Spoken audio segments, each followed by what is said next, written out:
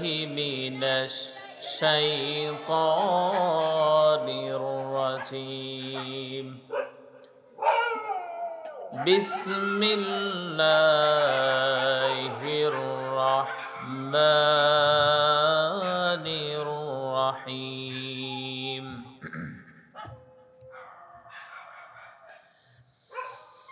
ألف لام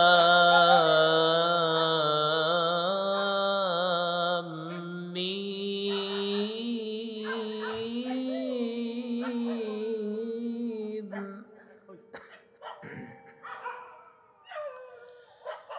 أحسب الناس أن يتركوا أن يقولوا آمنا وهم لا يفتنون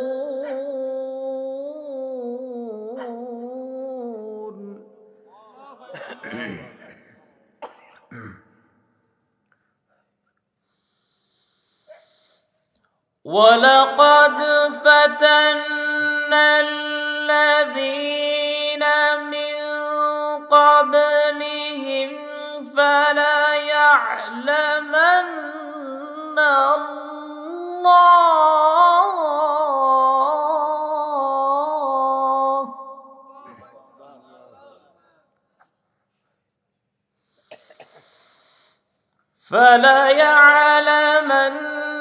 الله الذين صدقوا وليعلمن الكاذبين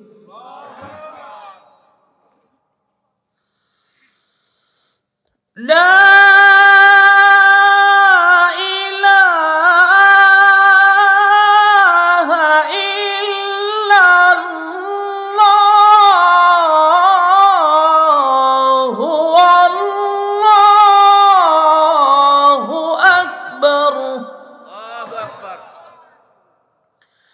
إن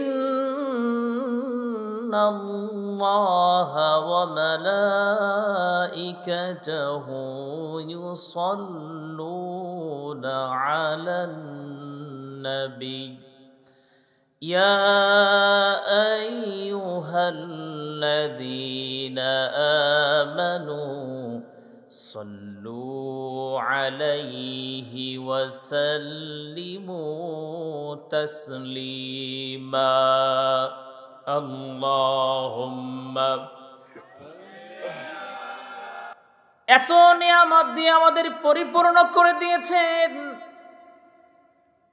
আল্লাহর প্রশংসা যদি বান্দা করতে চায় কোনোদিন প্রশংসা করে শেষ করতে পারবে না এত নিয়ামত দিয়ে আল্লাহ পাক পরিপূর্ণ করে দিলেন ওয়া ইন তাউদ্দু নি'মাতাল্লাহি লা তুহসুহা আমার ভাইরা আমার বন্ধুগণ কোরআন আল কারীমের ভিতরে যত আমি প্রশংসা স্বরূপ আয়াত দেখেছি আল্লাহর নিয়ামত কত দিয়েছেন নিয়ামতের যত আয়াত আমি দেখেছি আমি বড় অবাক হয়ে গিয়েছি আল্লাহ পাক বান্দাদেরকে যে এত নিয়ামত দান করেছেন এই নিয়ামতগুলো দেওয়ার একমাত্র উদ্দেশ্য হলো বান্দার সবচেয়ে আদরের আল্লাহর সবচেয়ে আদরের বান্দাগুলো যাতে দুনিয়াতে সুন্দরভাবে তারা জীবন যাপন করতে পারে আমার ভাইরা আমার বন্ধুগণ আপনি একটা সাপের দিকে তাকান সেই সাপের দিকে তাকালেও আপনি বুঝতে পারবেন যদিও সেটা যখন আমরা তাদেরকে বিরক্ত করি অথবা নিজের অজান্তেই তারা ডিস্টার্ব ফিল করে আমাদেরকে কামড় দেয় বিষ ঢুকিয়ে দেয় আমাদের দেহে কিন্তু সাপের বিষ দিয়ে কিন্তু বড় বড় অসুখের কিন্তু ওষুধ তৈরি করা হয় পৃথিবীতে এমন কোন বস্তু আল্লাহ বানায় নাই যেই বস্তুটা মানুষের উপকারের জন্য আল্লাহ বানায় নাই সবকিছু আল্লাহ পাক বান্দার উপকারের জন্য বানিয়েছেন কেন বানালেন আল্লাহ পাক বলেন ইয়া আইয়ুহান নাসু উবুদু রাব্বাকুমুল্লাযী খালাকাকুম ওয়াল্লাযীনা মিন ক্বাবলিকুম লাআল্লাকুম তাত্তাকুন। সবাই বলি আল্লাহু আকবার। এই জন্য আল্লাহ পাক এত নিয়ামত দিয়েছেন যাতে সেই প্রতিপালকের ইবাদত ওই বান্দা করতে পারে। আমার ভাইরা, আমার বন্ধুগণ, যারা যাতে তাকওয়া অর্জন করতে পারে, মুত্তাকি হয়ে যায়, একমাত্র উদ্দেশ্য হলো বান্দা একমাত্র তার রবের গোলামি করবে, দাসত্ব করবে।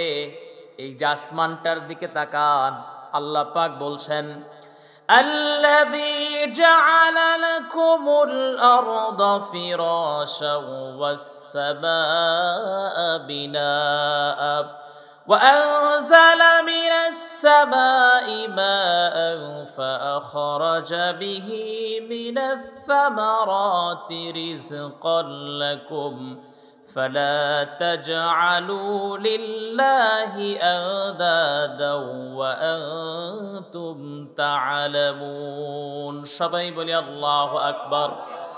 আল্লাহ পাক বলেন, এই আসমান থেকে পানি বর্ষণ করে তোমাদের জন্য খাবারের সুব্যবস্থা পৃথিবীর কেউ করে নাই, আমি আল্লাহই করেছি। ওই আসমানটাকে ছাদ স্বরূপ বানায়, জমিনটাকে বিছানা স্বরূপ বানায়, আসমান থেকে পানি বর্ষণ করে এই জমিনের ভিতর থেকে তোমাদের জন্য খাবার দুনিয়ার কেউ উৎপন্ন করে না, একমাত্র আমি রব্বে কারীম তোমাদের জন্য খাবার তৈরি করি। জোরে কান সুবহানাল্লাহ। আমার ভাইরা, আমার বন্ধুগণ, আল্লাহ পাক প্রত্যেকটা প্রাণী যারা দাবি করে আমাদের জীবন আছে, মানে যাদের জীবন আছে, তাদের রিজিকের ব্যবস্থা দুনিয়ার কেউ করে না, একমাত্র আল্লাহ পাক খাবারের রিজিকের ব্যবস্থা করেন। আমার ভাইরা, আমার বন্ধুগণ, কোরআন আল কারীমের মধ্যে আমি দেখেছি আল্লাহ পাক বলেছেন, তোমরা একটু উটের দিকে ফলো করো, উটের দিকে তাকাও, উটটাকে কেমন করে বানানো হয়েছে। এখন আমি চিন্তা করলাম, উটের কথা কেন আল্লাহ পাক বললেন? উটের কথা কেন আল্লাহ পাক বললেন যে উটের দিকে তাকাও, কেমন করে তাকে তৈরি করা হয়েছে? আমি পরে যখন গুগলে সার্চ দিলাম, উটের কি বিশেষত্ব রয়েছে যার কারণে উটের কথা আল্লাহ পাক কোরআন আল কারীমের মধ্যে বললেন।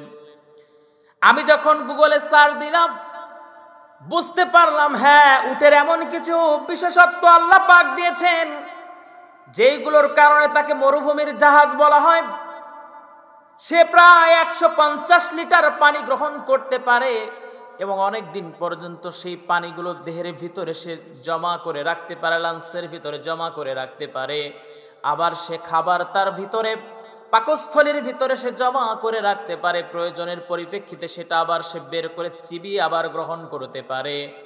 এই জন্য আরো বিশেষ বিশেষ কিছু কারণ আল্লাহ পাক তার ভিতরে দিয়েছেন, যার কারণে আল্লাহ পাক উটের দিকে তাকাতে বলেছেন।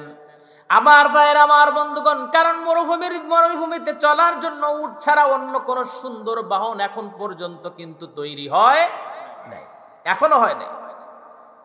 আমার ভাইয়ের, আমার বন্ধুগণ, আপনি একটা নীল তিমির দিকে তাকান, সাগরের ডন যাকে বলা হয়, নীল তিমির দিকে তাকান, সে কি পরিমাণে খাবার গ্রহণ করে? প্রায় 7 থেকে 8 টন পর্যন্ত খাবার গ্রহণ করে। আরো কিছু তাজ্জবের বিষয়টা হলো, মানুষ অক্সিজেন গ্রহণ করে হলো ফুসফুস দিয়ে, আর আমরা সবাই জানি মাছ অক্সিজেন গ্রহণ করে সেটা হলো ফুলকা দিয়ে। আমার ভাইরা, আমার বন্ধুগণ, কিন্তু একটা জিনিস আপনি বুঝবেন, এই নীল তিমি যে আছে, নীল তিমি কিন্তু অক্সিজেন গ্রহণ করে হলো ফুসফুস দিয়ে, মানে মানুষ যেটা দিয়ে গ্রহণ করে সেটা দিয়ে নীল তিমি গ্রহণ করে অক্সিজেন। আমার ভাইরা, এই যে নীল তিমি, তার ব্রেন কিন্তু দুইটা, মস্তিষ্ক কিন্তু দুইটা। যখন একটা ঘুমিয়ে থাকে আর একটা জেগে থাকে, যখন 1000 ফিট পানির নিচে যখন চলে যায়, একটা ব্রেন যখন ঘুমিয়ে থাকে অন্যটা তাকে জাগ্রত করে দেয়, কারণ সে অক্সিজেন গ্রহণ করে 1000 ফিট পানির নিচ থেকে আবার উপরে চলে আসে অক্সিজেন গ্রহণ করার জন্য।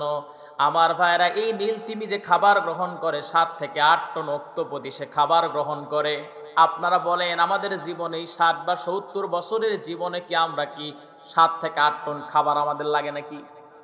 তারপরেও খাবারের জন্য আজকে মানুষ কতটা জঘন্য হয়ে গেছে, কতটা নিচে নেমে যায়। কত মাহফিলে গিয়েছি, কত আলেমদের মুখে শুনেছি, একমাত্র তারা নিজেদের জীবিকা নির্বাহ করার জন্য হুজুরদের ঘড়িটা পর্যন্ত নিয়ে নেয়। টাকা পয়সাতে এগুলো আছে সব নিয়ে নেয়। এছাড়া অন্যান্য মানুষদের, সাধারণ মানুষকে হত্যা করে ফেলে একমাত্র টাকার জন্য, দুনিয়াতে সুন্দরভাবে বাঁচার জন্য। আল্লাহ পাক বলেন, ওয়া মা মিন দাব্বাতিন ফিল আরদি ইল্লা আলাল্লাহি রিজকুহা। ভূপৃষ্ঠে বিচরণশীল যত প্রাণী আছে, সকল প্রাণীর জীবিকা, সকল প্রাণীর খাবারের দায়িত্ব পৃথিবীর কেউ নেয় নাই, একমাত্র আল্লাহ পাক নিয়েছেন। আমার ভাইরা, আমার বন্ধুগণ, এমন করে যদি আমি বলতে যাই কত নিয়ামত আল্লাহ পাক দিয়েছেন, এটা খাবার সম্পর্কে বললাম, এইরকম কত নিয়ামত আল্লাহ পাক বান্দাদের জন্য দান করেছেন। আমার ভাইরা, এই নিয়ামতগুলো নিয়ে যদি আলোচনা করি তাহলে আপনার কপালটা, আপনার ইচ্ছা করবে আমি একটা আল্লাহকে সিজদা দেই। আমার ভাইরা, আমার বন্ধুগণ, আল্লাহ রাব্বুল আলামিন ওই আসমানটার দিকে তাকাতে বললেন, আসমানটার দিকে তাকান। সূরা মুলুকের ভিতরে আল্লাহ পাক বলছেন, তোমরা আসমানের দিকে তাকাও, কোন খুদ বান্দা তুমি ধরতে পারো কিনা? না, কোন খুদ তুমি পাবা না। সুম্মারজি'ল বাসারা কাররাতাইনি ইয়ানকালিব ইলাইকাল বাসারু খাসিআন ওয়া হুয়া হাসির। সবাই বলি আল্লাহু আকবার। আল্লাহ পাক বলছেন, অতঃপর তোমার চক্ষু ফিরে আসবে, ওই আসমানটার ভিতরে তুমি খুদ পাবা না। আমার ভাইরা, আমার বন্ধুগণ, এইরকম ভাবে ওই আসমানটাকে আল্লাহ পাক সপ্ত স্তর বিশিষ্ট আসমান বানালেন। রফিউন আরফালুন কাইদুম মাউন আরাকা রুকনা আরুবাই, যে সাতটা নাম আল্লাহ পাক আসমানের দিলেন। আমার ভাইরা, আমার বন্ধুগণ, এই আসমানের এক একটা করে উপকারিতা আছে না নাই? আছে না? বিজ্ঞানীরা সেগুলো নিয়ে এখন গবেষণা করে। আমার ভাইরা, আমার বন্ধুগণ, আল্লাহ রাব্বুল আলামিন যে এত নিয়ামত দিলেন, এই নিয়ামতের ভিতরে যত নিয়ামত দিয়েছেন তার ভিতরে আল্লাহ পাক তিনটা নিয়ামত, শ্রেষ্ঠ নিয়ামত দিলেন। এই তিনটা শ্রেষ্ঠ নিয়ামতের ভিতরে এক নাম্বার শ্রেষ্ঠ নিয়ামত যেটা আল্লাহ পাক দিলেন, সেই শ্রেষ্ঠ নিয়ামতটার নাম হলো কিতাবুল্লাহ, আল্লাহর কোরআন। জোরে কান সুবহানাল্লাহ। কিতাবুন আনজালনাহু ইলাইকা লিতুখরিজান নাসা মিনাজ যুলুমাতি ইলান নূর। সবাই বলে আল্লাহু আকবার। আল্লাহ পাক বলছেন, হে রাসূল, এই কিতাবটা আমি এমনি এমনি দেই নাই। এই কিতাবটা দেওয়ার উদ্দেশ্যটা হলো অন্ধকারে থাকা নিমজ্জিত মানুষগুলোকে যাতে আপনি আলোর রাস্তা দেখাতে পারেন, সেই জন্য আমি আল্লাহ পাক এই কিতাবটা আপনার উপরে নাজিল করেছি। আমার ভাইয়ের, আমার বন্ধুগণ, এই কিতাবটাকে মানতে হবে, কিতাবটাকে ফলো করতে হবে। এই কিতাবটাকে যদি কেউ তার পারিবারিক জীবনে, বাস্তবিক জীবনে, সামাজিক জীবনে, রাজনৈতিক জীবনে, প্রত্যেকটা সেক্টরে যদি কোরআনটাকে নিয়ে যদি বান্দার সামনে অগ্রসর হয়, সেই বান্দারা কোনোদিন পথভ্রষ্ট হবে না, তাদের উন্নতিকেও কোনোদিন থামাতে পারবে।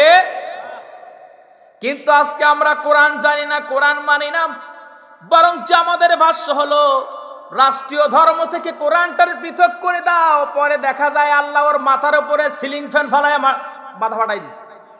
বুঝতে পারছেন কে? টাকলা মুরা। আমার ভাইয়ের, আমার বন্ধুগণ, এই যে কথা বলার পরে মন্ত্রী ছিল শেষ, এমপি ছিল ওটাও শেষ, তো তারপরে কি হলো? মাথার উপরে ফ্যান পড়লো। মানে দুনিয়াতে কোরআনের পিছনে লাগলে বেয়াজ্জতি যাকে বলে সেটা আল্লাহ করে করছে। আবার ভাইরা, আমার বন্ধুগণ, আর এখন যদি আমি আমার কথা বলি, ফাঁকে যাওয়ার দরকার নাই। আমি কিন্তু কোরআনের হাফেজ হইতে পারি নাই, কিন্তু আমার বাবা মামাকে মাদ্রাসায় দিয়ে আসছিলেন, এই কোরআনটাকে বুকে নিয়েছিলাম, কোরআন নিয়ে একটু পড়াশোনা করেছিলাম। কতটুকু সম্মান আল্লাহ পাক দান করেছেন বোঝানোর কোনো ভাষা নাই। কিছু কিছু প্রোগ্রামে গেলে এমন এমন মানুষগুলো আমাদের জুতাগুলো ঠিক করে দেয়, সেই মানুষগুলোকে মনে হয় বুকের সঙ্গে ধরতে পারলেই জীবন ধন্য। মন্ত্রণালয়ে চাকরি করে, বড় মাপের অফিসার, আমি এটা পছন্দ করি না, তবুও বলি কেন আপনি আমার জুতা ঠিক করে দেন? আমি ছেলের বয়সে আপনার বলে, হুজুর জীবনে তো কিছুই করতে পারলাম না, কিন্তু কোন আলেমের জুতা ঠিক করার জন্য জুতা ঠিক করে দিয়েছি, আল্লাহ যদি ওসিলায় মাফ করে দেয় এইটাই আমার জীবনের নাজাতের জন্য যথেষ্ট হয়ে যাবে। আমার ভাইরা, সে কিন্তু আমার জুতাতে এমনি আমারে দেখে দেয় নাই, বরঞ্চ আমরা কোরআনের সংস্পর্শে এসেছি, কোরআনটাকে বুকে নিয়েছি, এই জন্য আল্লাহ এত দাম দিয়েছেন, ঠিক কিনা? আমার ভাইরা, আমার বন্ধুগণ, এই জন্য কোরআনটাকে আপনার শিখতে হবে, কোরআনটাকে মানতে হবে। কিন্তু কোরআন সবাই মানে, কোরআনটাকে সবাই মানে কোনগুলো? যেগুলো আমার জীবনের সঙ্গে সাংঘর্ষিক সেগুলো মানে না। যেগুলো আমরা মানলে আমাদের ক্ষতি হবে সেইগুলো মানতে রাজি নাই। আমার ভাইরা, আমার বন্ধুগণ, আমার আপনার নবীজি সাইয়্যিদুল কাওনাইন রাহমাতাল লিল আলামিনের জীবনে আমি যতই পড়ি, খাসাইসুল কুবরা, সিরাত বিশ্বকোষ, আল বিদায়া ওয়ান নিহায়া, এইরকম ভাবে কয়েকটা গ্রন্থ, শ্রেষ্ঠ কিতাবগুলো নিয়ে আমি যতই পড়াশোনা করেছি ততই তাজ্জব হয়ে গেছি। আল্লাহর নবী সাইয়্যিদুল কাওনাইন রাহমাতাল লিল আলামিন তার জীবনটাকে কোরআন দিয়ে নবীজি সাজিয়েছেন। জোরে কোন সুবহানাল্লাহ। 40টা বছর পর্যন্ত আমার নবীজি যতদিন পর্যন্ত কোরআন তার উপর আল্লাহ নাজিল করেন নাই, নবুয়ত প্রাপ্ত হন নাই, ততদিন কাফির বেঈমানেরা নবীজিকে আলামিন উপাধি দিয়েছিল। কিন্তু নবীজি যখন কোরআনটা যখন আল্লাহ পাক তাকে দিলেন, যখন নবুয়ত প্রাপ্ত নবীজি হয়ে গেলেন, তখন নবীজিকে কিন্তু আর আলামিন বলে নাই, নবীজিকে পাগল সাব্যস্ত করা হয়েছে। আমার ভাইরা, আমার বন্ধুগণ, একমাত্র কারণটা হলো, কারণ নবীজি, আপনি কোরআন পড়েন সমস্যা নাই, কোরআন দিয়ে নামাজ পড়েন সমস্যা নাই, কোরআন দিয়ে তেলাওয়াত করেন কোনো সমস্যা নাই, কিন্তু যখনই বলবেন এই কোরআন দিয়ে সমাজ চলবে, রাষ্ট্র চলবে, তখন আপনাকে বলা হতে পারে রাজাকার। ঠিক কিনা? কষ্ট হচ্ছে নাকি আপনাদের? আমার ভাইরা, আমার বন্ধুগণ, আমার আপনার নবীজি এই কোরআনটাকে বাস্তবায়ন করার জন্য আল্লাহ পাক তারে আদেশ করলেন, নবীজির মাতৃভূমি ছেড়ে নবীজি মদিনায় রওনা দিয়ে দিবেন। আবু বকর রাদিয়াল্লাহু তাআলা আনহুকে ডেকে বললেন, আবু বকর, যে কোনো মুহূর্তে আল্লাহ পাক আদেশ করতে পারে আমাকে এই মদিনা থেকে ওই মক্কায় চলে যেতে, মক্কা থেকে মদিনায় চলে যেতে হতে পারে। আল্লাহ পাক মনোনীত করে দিয়েছেন তুমি আমার সফর সঙ্গী হবা। ও আবু বকর, তুমি মানসিক এবং প্রস্তুতি নিয়ে ফেলো। আবু বকর রাদিয়াল্লাহু তাআলা আনহুকে যখন নবীজি এইটা যখন নলেজে দিয়ে দিলেন, আবু বকর রাদিয়াল্লাহু তাআলা আনহু একটা বারের জন্য চিন্তা করলেন, আমার নবীজি কোন সময় আসবে, দিনে আসবে নাকি রাতে আসবে, সেটা তো নবী উল্লেখ করে নাই। কোন সময় নবীজি আমার আসবে এইটা তো নবীজি উল্লেখ আমারে করে দেয় নাই। এই জন্য আবু বকর রাদিয়াল্লাহু তাআলা আনহু দিনের বেলায় অপেক্ষা করেন কখন নবীজি এসে আমাকে জানাবে। আবার তিনি চিন্তা করেন রাতের বেলায় যদি নবীজি আসেন আর আমি যদি ঘুমন্ত অবস্থায় থাকি, আমার নবীজি এসে দরজায় দাঁড়িয়ে থাকবেন আর আমি আবু বকর ঘুমিয়ে থাকবো, নবীজির সঙ্গে আমার বেয়াদবি হয়ে যাবে। আমার ভাইয়ের, আমার বন্ধুগণ, একজন সাহাবী একটা পা যেখানে রেখেছে তার পায়ের নিচের মাটির যতটুকু দাম আপনার পুরো জিন্দেগির দাম ততটুকু হবে। অথচ আজকে কতজন সাহাবীরে নিয়ে গালি দেয়। এই যে খাজা মঈনুদ্দিন হিয়াজুরি নাঙ্গলকোটের একটা বদমাইশ আছে, আবু বকর রাদিয়াল্লাহু তাআলা আনহুর নামে একটা অপবাদ দেয়। সেটা হলো নবীজির লাশ রেখে নবীজি দুনিয়া থেকে বিদায় হয়ে যাওয়ার পর নবীজির লাশ রেখে নাকি আবু বকর রাদিয়াল্লাহু তাআলা আনহু নাকি ক্ষমতায় বসার জন্য তিনি পারাপারি লাগাই দিছিলেন। জোরে কোন নাউজুবিল্লাহ।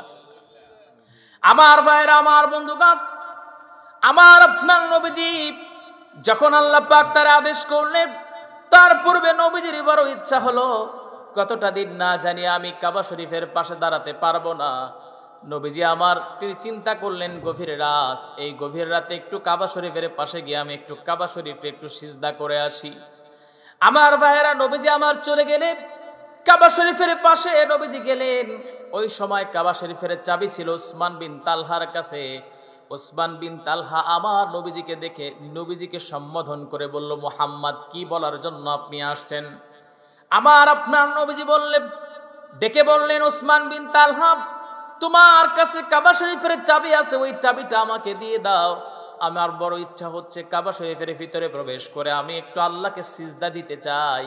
ওসমান বিন তালহা আমার আপনার নবীজিকে ধাক্কা মারলেন। মারার সঙ্গে সঙ্গে নবীজি পড়ে গেলেন। নবীজির কপালে নবীজি আঘাত পেলেন। আর বিশ্ব নবী ডেকে বললেন, ওসমান বিন তালহা, আজকে তোমার ক্ষমতা, এই জন্য তুমি আমাকে ধাক্কা মেরে আমাকে ফেলে দিলা। কিন্তু একদিন যখন আল্লাহ পাক তোমার ওই হাতের চাবি, ক্ষমতার চাবিখানা আমার হাতে দিয়ে দিবে, ওসমান বিন তালহা সেদিন তুমি কোথায় পালাবা? ওসমান বিন তালহা তিনি জানতেন সাইয়্যিদুল কাউনাইন রাহমাতাল লিল আলামিন কোনদিন মিথ্যা বলে না। মুহাম্মদ যেটা বলেছে এটা কখনো মিথ্যা হতে পারে না। আমার হাতের চাবি যদি মুহাম্মাদের কাছে যায় তাহলে অবস্থা ওই দিন কি হবে? ওসমান বিন তালহা ডেকে বলে, হে মুহাম্মদ, আমি তোমাকে চাবি দিতে পারি, কিন্তু শর্ত একটা, আবু জেহেল যাতে না জানে। কারণ আবু জেহেল যদি জানে তাহলে আমার ওপর অত্যাচার করবে। নবীজি আমার কাবা শরীফটা যখনই খুলে যখন নবীজি প্রবেশ করলেন, প্রবেশ করা মাত্রই সাইয়্যিদুল কাউনাইন দেখতে পারলেন 360টা মূর্তি কাবা শরীফের ভিতরে ওরা রেখে দিয়েছে। আল্লাহর নবী কাবা শরীফটা ভিতরে ভেঙে ফেলবেন, মূর্তিগুলো নবীজি ভেঙে ফেলবেন। আমার আপনার নবীজিকে জিবরিল আলাইহিস সালাতু ওয়াস সালাম নিষেধ করলেন, নবীজি সেটা করা যাবে না। কিন্তু দুঃখ আর পরিতাপের বিষয়টা হলো, বর্তমান যত যুবকেরা আছে, এই যুবকগুলোর দিকে ফলো করলে দেখা যায় দুর্গা পূজায় ওরাই আগে আগে যায়। মুসলমানের ছেলে হয়ে আছে না নাই? সবাই বলেন আছে না নাই? যুবকেরা আজকে অনেকের মুখে এমনটা শুনেছি, ওদের আনন্দের দিন বেশি, ওদের আনন্দ বেশি, আমাদের তো আনন্দ নাই। আমার ভাইয়ের, আমার বন্ধুগণ, নবীজিকে অফার করা হয়েছিল, মুহাম্মদ তোমাকে বলে তুমি আসো, তুমি আমাদের সঙ্গে মূর্তি পূজা করো, নামাজের সময় আমরা গিয়ে নামাজ পড়ব। নবীজিকে আল্লাহ পাক জানিয়ে দিলেন, হে রাসূল তাদেরকে জানিয়ে দেন, কুল ইয়া আইয়ুহাল কাফিরুন লা আ'বুদু মা তা'বুদুন। আমার ভাই, আমার বন্ধুগণ, আল্লাহ জানিয়ে দিলেন, হে রাসূল তাদেরকে আপনি জানিয়ে দেন, তারা যেন জেনে রাখে, হে কাফের সম্প্রদায়, লা আ'বুদু মা তা'বুদুন, আমি যার ইবাদত করি তোমরা তার ইবাদত করো। লা আ'বুদু, আমি ইবাদত করি না, মা তা'বুদুন, তোমরা যার ইবাদত করো। আমার ভাইরা, আমার বন্ধুগণ, তার মানে বোঝা যায় দুর্গা পূজায় যাওয়া যাবে না, অন্য পূজায় যাওয়া যাবে না, কারণ এগুলো মুসলমানদের কৃষ্টি কালচার হতে পারে না। ওরা হিন্দুদের ধর্ম, হিন্দুরা সেখানে যাবে। সর্বোপরি আল্লাহ পাক জানালেন, লাকুম দীনুকুম ওয়ালিয়া দীন, তোমাদের দিন তোমাদের কাছে, আমাদের দিন আমাদের কাছে। তার মানে বোঝা যায় ইসলামটা হলো ইসলাম, আর হিন্দু বা অন্য ধর্ম সেটা তাদের বিষয়। ইসলাম ছাড়া কেউ যদি অন্য ধর্মের যদি আনন্দের দিন পালন করার জন্য যায়, আল্লাহর কসম মুসলমান থাকবে না, মুনাফিক হয়ে যাবে, ঠিক কিনা? আল্লাহ পাক বলেন, ওয়া মিনান নাসি মান ইয়াকুলু আমান্না বিল্লাহি ওয়া বিল ইয়াউমিল আখির ওয়া মা হুম বিমুমিনিন। মানুষের মধ্যে এমন কিছু মানুষ আছে যারা নিজেদেরকে ঈমানদার বলে দাবি করে, তারা বলে আমরা ঈমান এনেছি, কিন্তু না, তারা ঈমান আনে নাই, তারা মিথ্যা ছলনা দেখায়। আছে না নাই? আমার ভাইয়ের, আমার বন্ধুগণ, নবীজি এবার ওই জায়গা থেকে আবু বকর রাদিয়াল্লাহু তাআলা আনহুর কাছে গেলেন। তার কাছে গিয়ে যখন দরজায় নক করলেন, আবু বকর রাদিয়াল্লাহু তাআলা আনহু দরজা খুলে দিলেন। দরজা খুলে দেওয়ার সঙ্গে সঙ্গে নবীজি বললেন, আবু বকর তুমি কি ঘুমাও নাই? আবু বকর রে, তুমি কি এখনো কি ঘুমাও নাই? আবু বকর রাদিয়াল্লাহু তাআলা আনহু ডেকে বলে, ইয়া রাসূলুল্লাহ, আপনি তো উল্লেখ করেন নাই দিনেই আসবেন নাকি রাতে আসবেন।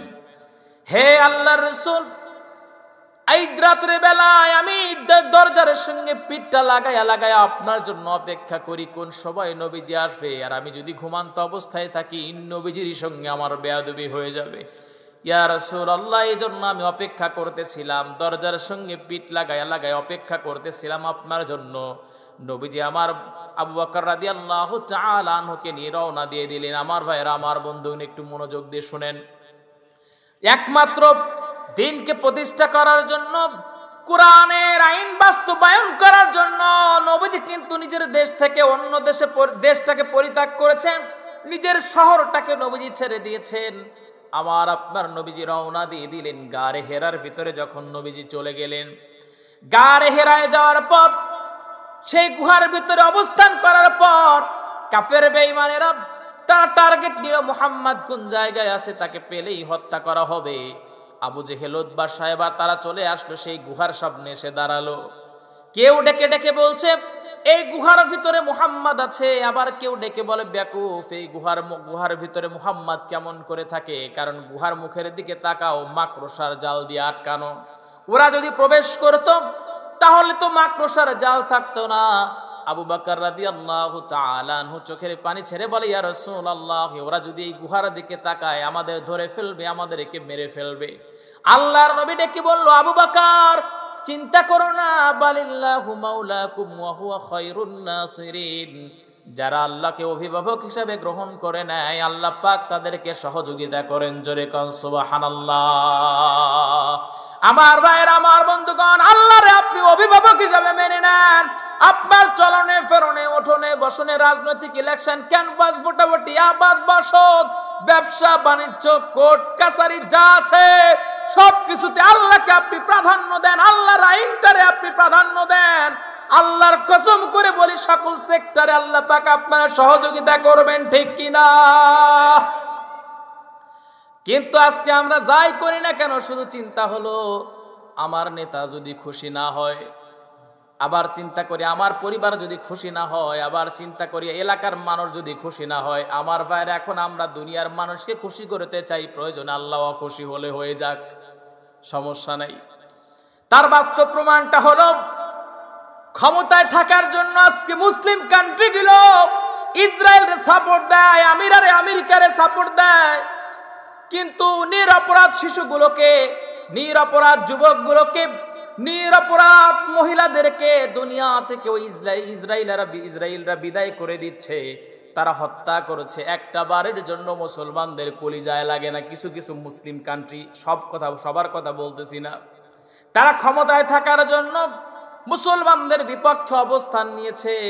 আমার ভাইয়েরা, আমার বন্ধুগণ, এই দুনিয়া সংক্ষিপ্ত জীবন, এই সংক্ষিপ্ত জীবনে যারা সফলতা অর্জন করতে চায়, ফেরাউন দুনিয়াতে সফলতা চেয়েছিল, আল্লাহ পাক দিয়েছিল তারে। 400 বছর ফেরাউন বেঁচে ছিল। এই 400 বছরের ভিতরে একটা বারের জন্য তার মাথা ব্যথা করে নাই। সে ডেকে বলেছিল, আল্লাহ আমায় এই দুনিয়া চাই, আখিরাতটা চাই না। আল্লাহ পাক তাকে দুনিয়ার বাদশাহী দান করেছিলেন। এখন ফেরাউনের দিকে তাকান, ফেরাউন ওই মিশরের পিরামিডের ভিতরে মমি হয়ে পড়ে আছে। আমার ভাইয়েরা, শুটকি হয়ে পড়ে আছে। আল্লাহ পাক বলেন, ফাসিরু ফিল আরদি সুম্মা আনজুরু কাইফা কানা আকিবাতুল মুকাজ্জিবিন। তোমরা পৃথিবীটাকে পরিভ্রমণ করো, মিথ্যাবাদীদের সঙ্গে আমি আল্লাহ কেমন আচরণ করেছি তোমরা একটু দেখে আসো। আমার ভাইয়েরা, আমার বন্ধুগণ, আজকে বাংলাদেশের ভিতরে সবচেয়ে দুঃখজনক একটা বিষয় হলো লূত আলাইহিস সালাতু ওয়াস সালামের ওই সময়টাকে আজকে আমাদের এই সময় নিয়ে আসা হচ্ছে। লূত আলাইহিস সালাতু ওয়াস সালামের মানুষেরা ছিল সমকামী। তারা পুরুষে পুরুষে জিনা করত, মহিলারা জিনা করত। আমার ভাইরা, আমার বন্ধুগণ, আজকে এই যে শরীফ থেকে শরীফা যে গল্পটা ক্লাস 7 বইয়ের ভিতরে ঢুকানো হয়েছে, এ দ্বারা সমকামিতাকে প্রমোট করা হচ্ছে। সমকামিতাকে কেউ যদি চায় আমি শরীফ, আমি সেখানে নিজেকে মেয়ে দাবি করতেছি, কোনো সমস্যা নাই। আপনি নিজে ছেলে, যদি আপনি নিজেকে মেয়ে মনে করেন, কোনো সমস্যা নাই। যদি এই থিওরিটাই যদি আপনাদের মূল উদ্দেশ্য হয়, তাহলে আমি বলি আমি রুহুল আমিন নাই, রুহুলি হয়ে গেছি, গার্লস স্কুলে ভর্তি করে দেন। দিবে কেউ? বুঝেন নাই কথা? কোন শিয়াল যদি বলে, মিজানুর রহমান আল আজহারি ভাই এটা পোস্টটা করছে, কোন শিয়াল যদি বলে আমি আর শিয়াল নাই, আমি মুরগি হয়ে গেছি মনে মনে, তাহলে করে মুরগির ঘরের ভিতরে দিবেন? হ্যাঁ, তাহলে শরীফ থেকে শরীফা কেমনে হয়? এ দিয়ে বোঝানো হচ্ছে আগামীর বাংলাদেশে সমকামিতাকে প্রমোট করা হচ্ছে। আমার ভাইরা, আমার বন্ধুগণ, মাদ্রাসা শিক্ষা ব্যবস্থার ভিতরে অনেকগুলো বইয়ের ভিতরে আমি দেখলাম, আজকে মাদ্রাসার বই যখন আমরা মাদ্রাসায় পড়তাম, বইয়ের প্রথম পৃষ্ঠায় আমরা দেখতাম টুপি লাগাইয়া বাচ্চারা স্কুলে যাচ্ছে সেই ছবিটা দেওয়া হতো, কিন্তু এখন দেখা যায় বাচ্চারা নাচানাচি করতেছে সেটাও তুলে দেওয়া হয়েছে।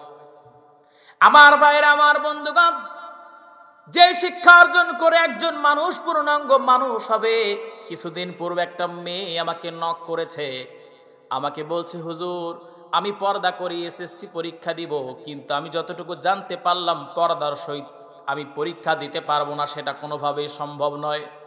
হুজুর আমি কি করব? আমি বললাম বাধ্যতামূলকভাবে আপনাকে পরীক্ষাটা দিতে হবে। এরপর বলল, হুজুর সেটা তো বুঝলাম, কিন্তু আমি দিতে চাই না, কারণ যেখানে পর্দার খিলাফ হয় সেটা আমি কেমন করে মেনে নেই। আমি বললাম, যেই শিক্ষা আপনার পর্দাটাকে খুলে ফেলতে বাধ্য করে, আমি তো মনে করি সেটা সুশিক্ষা হতে পারে না, ঠিক কিনা? কারণ কোরআন আপনাকে সুশিক্ষায় শিক্ষিত করতে চায়। কোরআন আপনারে ডেকে বলে, অকরনা ফি বুয়ুতিকুন্না ওয়ালা তাবাররাজনা তাবাররুজাল জাহিলিয়াতিল উলা। সবাই বলি আল্লাহু আকবার। আল্লাহ পাক বলেন, তোমরা জাহেলি যুগের নারীদের মতো অর্ধ উলঙ্গ হয়ে টাইট ফিটিং জামা পরে রং ঢং করে রাস্তায় বের হয়ো না।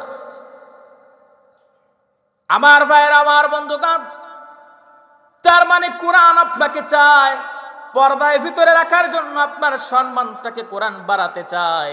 কিন্তু কোন শিক্ষায় আপনার মেয়েটাকে দিচ্ছেন, কোন শিক্ষা আপনার ছেলেটাকে দিচ্ছেন? আপনার ছেলেটা আজকে ইয়াবাখোর হয়ে গেল।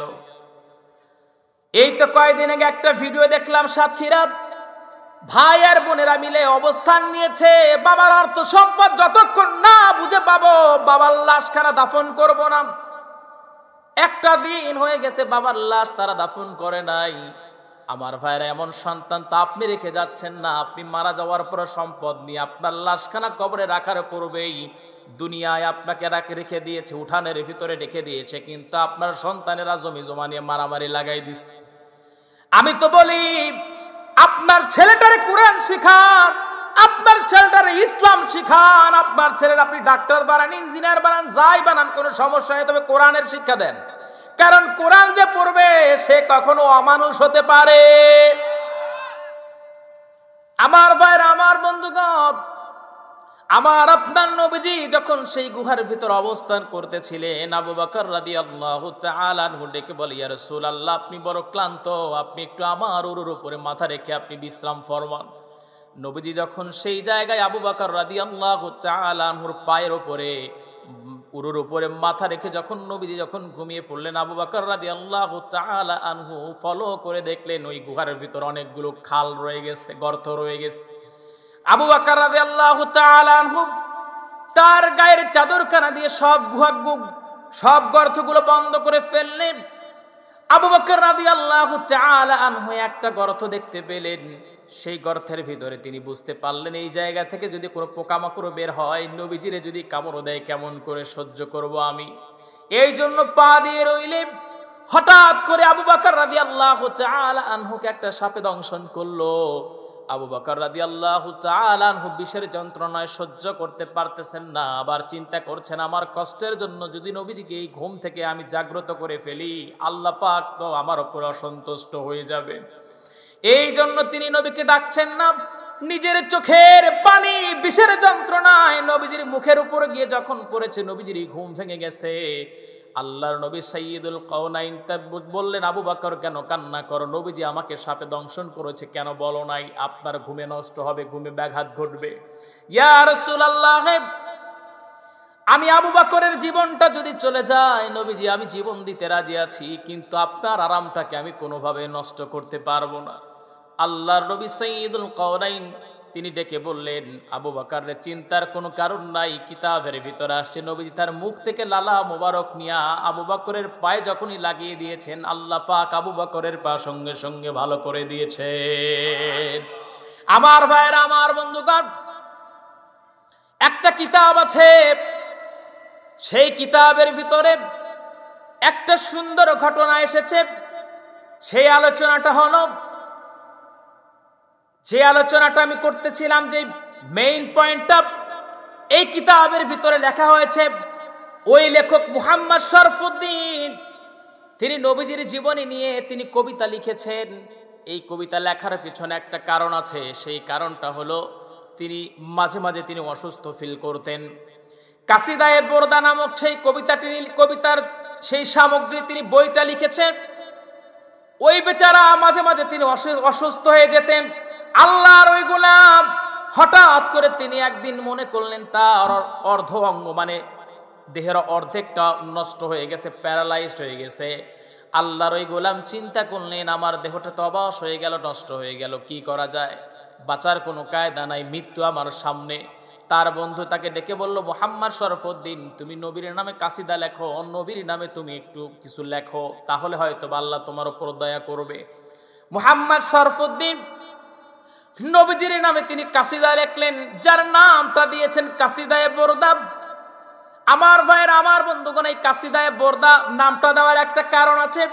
যখন এই কবিতার যখন পাণ্ডুলিপিটা লেখা হয়ে গেল, যখন তিনি সেটাকে জমা করলেন, এইবার তিনি বৃহস্পতিবার রাতে আল্লাহর ওই গোলাম দরজা খুলে তার ঘরের ভিতরে প্রবেশ করলেন। ঘরটাকে পরিষ্কার করে তিনি শুয়ে আছেন। তিনি সেই নবীজির সেই নামে তিনি যে নাতগুলো লিখেছেন সেগুলো পড়তে পড়তে ঘুমিয়ে পড়েছেন। স্বপ্নের ভিতরে তিনি দেখতে পেলেন মদিনার নবী তার ঘরের ভিতরে প্রবেশ করেছে। আর নবী তারে ডেকে বলে, ও মুহাম্মদ শরফুদ্দিন, আমার নামে তুমি যেই কাসিদাগুলো লিখলাম সেই কাসিদাগুলো আমি নবীরে তুমি শোনায়া দাও। মুহাম্মদ শরফুদ্দিন তখন নবীজিকে সেই কাসিদাগুলো শোনাতে লাগলেন।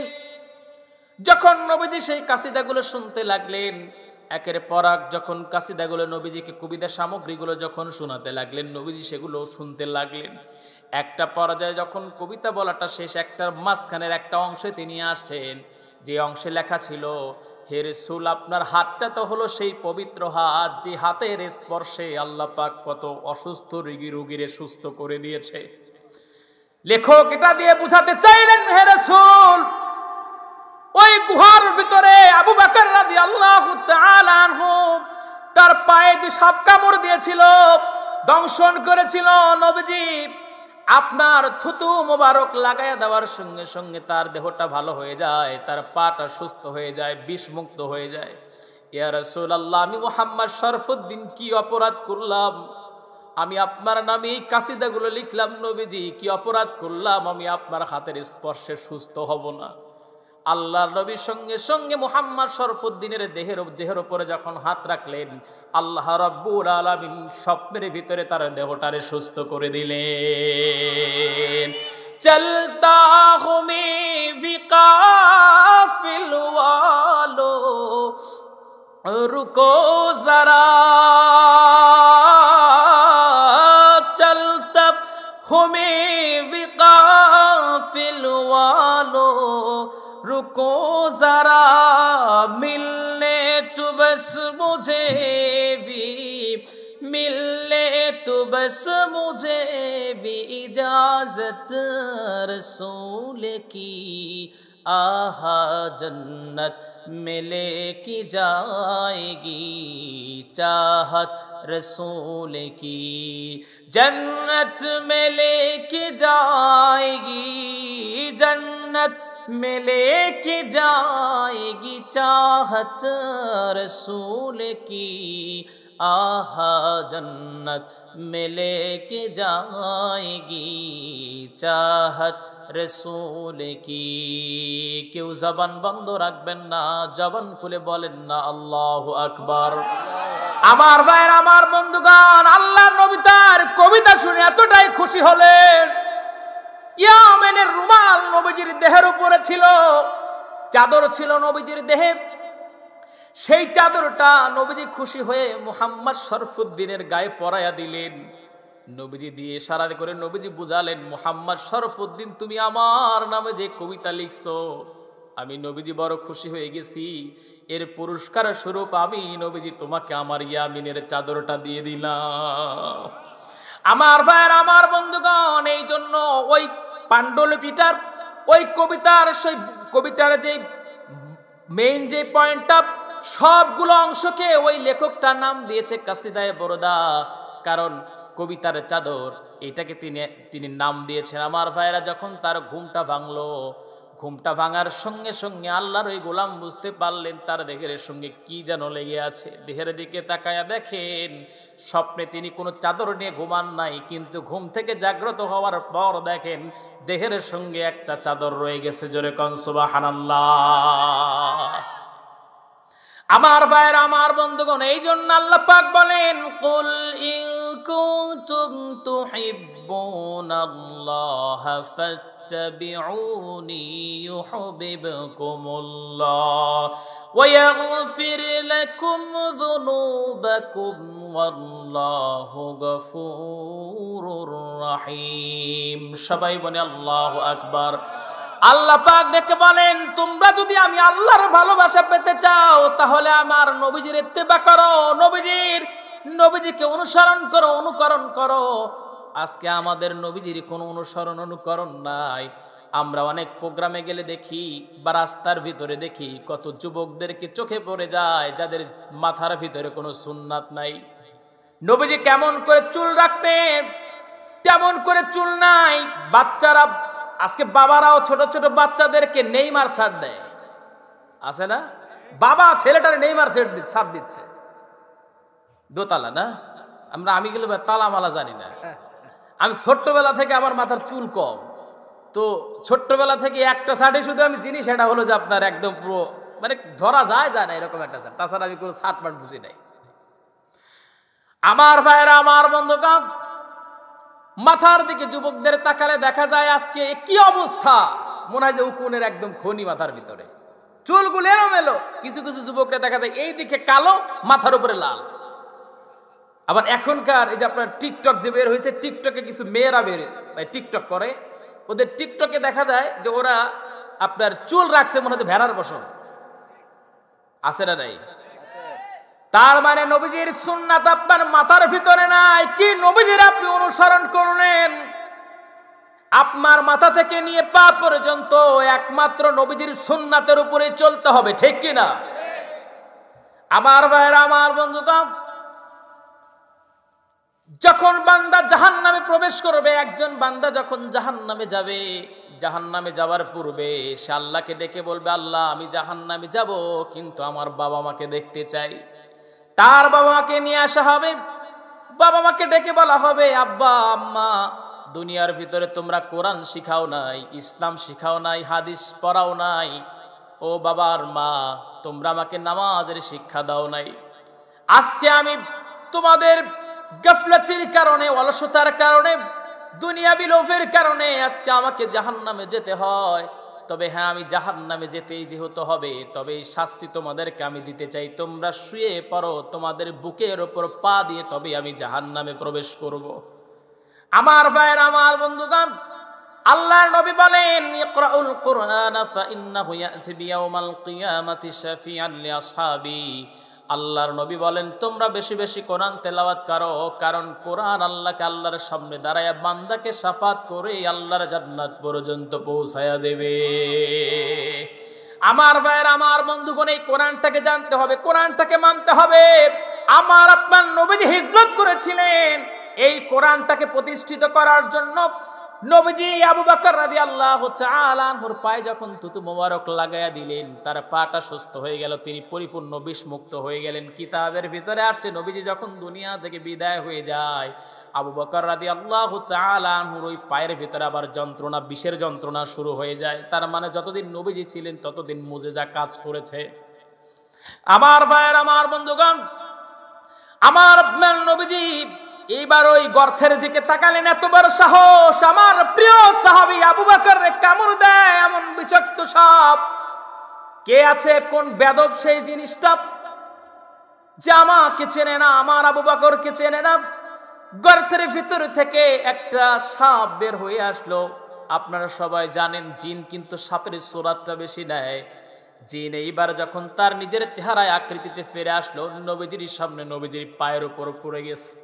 ইয়া রাসূলুল্লাহ, ইয়া হাবিবাল্লাহ, ও নবীজি, আপনি তো জানেন না এই গুহার ভিতরে আজ থেকে 800 বছর পূর্ব থেকে আমি জিন অপেক্ষা করতেছি, কারণ আমি জানতে পেরেছিলাম আপনি যখনই হিজরত করবেন, এই গুহার ভিতরে প্রবেশ করবেন, এই জন্য ওই 800 বছর পূর্ব থেকে এই গুহার ভিতরে, এই খালের ভিতরে আমি অপেক্ষা করতেছি, গর্তের ভিতরে অপেক্ষা করি নবীজি কখন সেই সময়টা আসবে, নবীজি আমি আপনাকে দেখে আমার জীবনটা ধন্য করে ফেলবো। কিন্তু আপনার প্রিয় সাহাবী আবু বকর প্রত্যেকটা গর্ত বন্ধ করে দিয়ে এটাতে পা ঢুকিয়ে দিয়েছে, যার কারণে আমি বের হয়ে নবীজি আপনার চেহারা মোবারকটা দেখতে পারতেছিলাম না। ইয়া রাসূলুল্লাহ, আমি আমার মনের তৃপ্তিটা নিবারণ করার জন্য, আপনার চেহারা দেখার জন্য, আপনাকে পাওয়ার যে যন্ত্রণা, সেই যন্ত্রণায় আমি মাতাল হয়ে আবু বকরের পায়ে কামড় দিয়েছি। নবীজি, ইয়া রাসূলুল্লাহ, আমার রে আপনি মাফ করে দেন। আমার ভাইয়ের, আমার বন্ধুগণ, আমার আপনার নবীজি কিন্তু দুনিয়ায় শুধু মানুষের নবী নন, বরঞ্চ প্রত্যেকটা প্রাণীর যিনি নবী, সাইয়্যিদুল কাওনাইন মুহাম্মাদুর রাসূলুল্লাহ। আমার ভাইয়ের, আমার বন্ধুগণ, কষ্ট হচ্ছে আপনাদের? শেষ করে দেই নাকি? আমার ভাইয়ের, আমার বন্ধুগণ, নবীজি যখন মদিনায় গেলেন, যে কথাটা বোঝানোর জন্য আমি এত কিছু বলতেছি,